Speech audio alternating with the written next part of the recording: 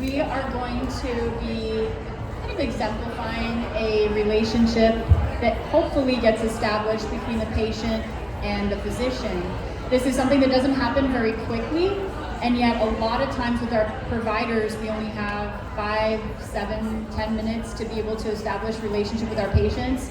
So we wanted to try to give you an idea of how to facilitate that development of trust and how to advocate for yourself. So we put together a little 2-minute script just to kind of show how we can have this interaction.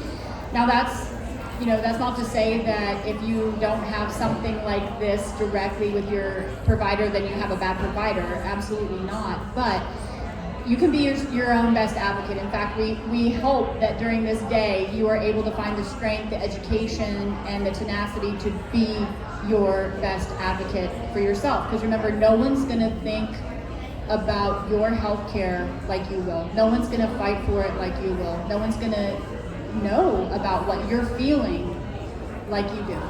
So, all right, so we're going to put on our little pretend hats here. So yes. Good morning, Ms. Hopkins. My name is Dr. Rice. I am so happy to meet you. Thanks for coming in this morning. Hi, Dr. Rice. It took me forever to get into you. I'm kidding. Then my office manager's not doing a good job because we're supposed to get people in 2 weeks. What's bothering you today?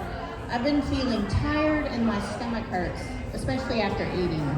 Okay, I'm sorry to hear that. I'm glad you came to see me.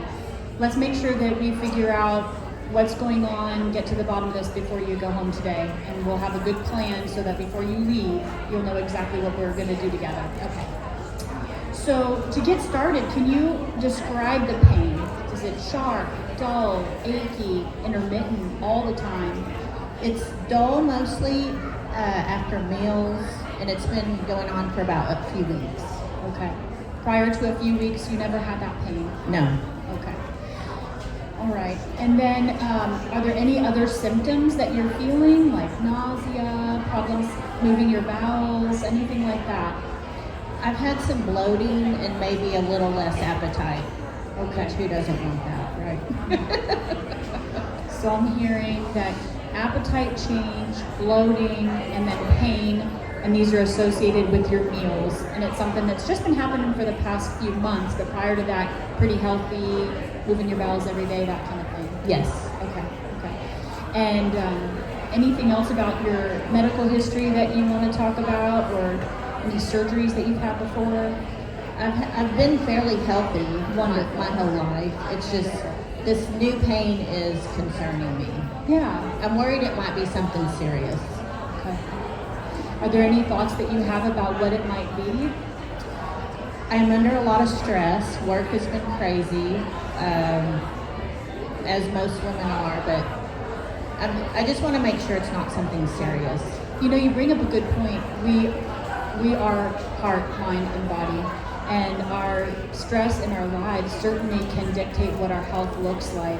So I appreciate you bringing that up. Let's make sure we talk about that more before you go home for sure.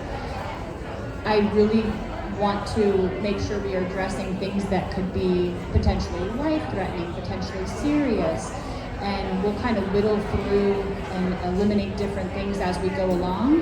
We might need to do some lab work, we might need to do imaging, and then we'll talk more about the stress component too, because I think there are things that you can walk away with even today that could help to decrease your stress now as we think about everything else going forward. So thank you for bringing that up. That sounds really good. How soon do you think I could know something? Well, let's do a physical exam.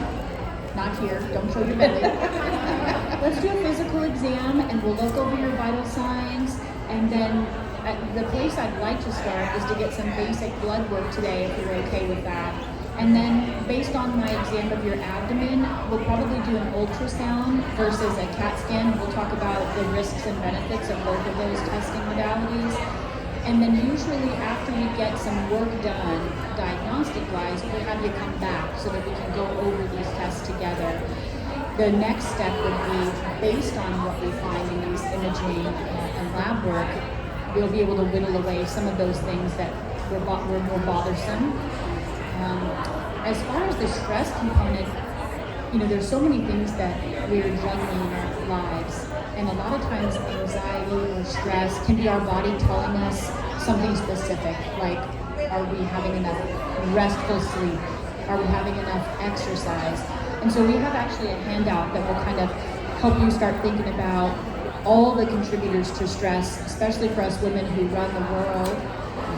But I want to talk to you about one tool that you might be able to use even today that could help decrease your stress. Have you ever heard of box breathing? Yes.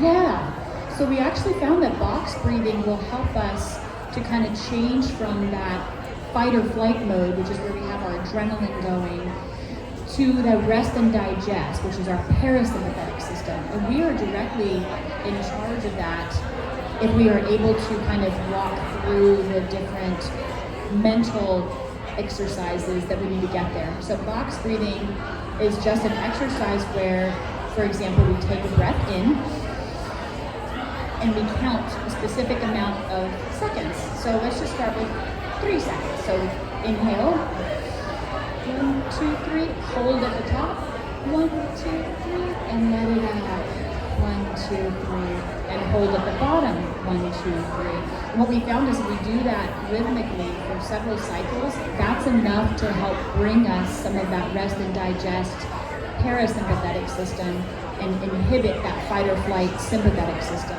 So even after you leave today, if you have to go back to work, this is a really good tool. If you feel that anxiety, if you feel your heart rate going up, if you feel those stressful moments, I encourage you to try that. And certainly we'll look at your blood work, make sure this is not something physical.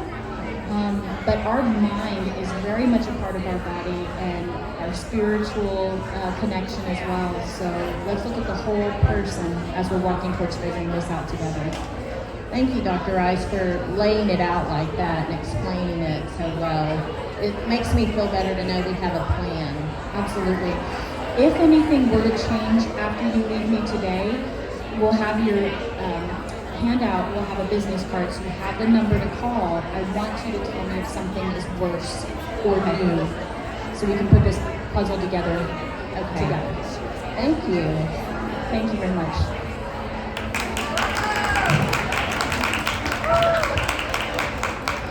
So earlier in the year, we got together, Direct Surgical Care of Hot Springs and the Hot Springs Women's Leadership Alliance. We made this medical checklist. If y'all have never seen it before, we have it at DSC for sure, and Hot Springs has it.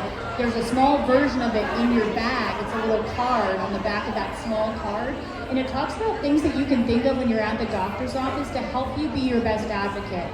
What medications are you on, what surgical history, medical history, things like that, but how to stand up and say, actually, this is what I'm concerned about. Can we address this and not walk away with those questions unanswered? So be your best advocate. We're here to help educate you while you're here, and feel free to reach out to any of us here today on the panels because we want you to feel empowered.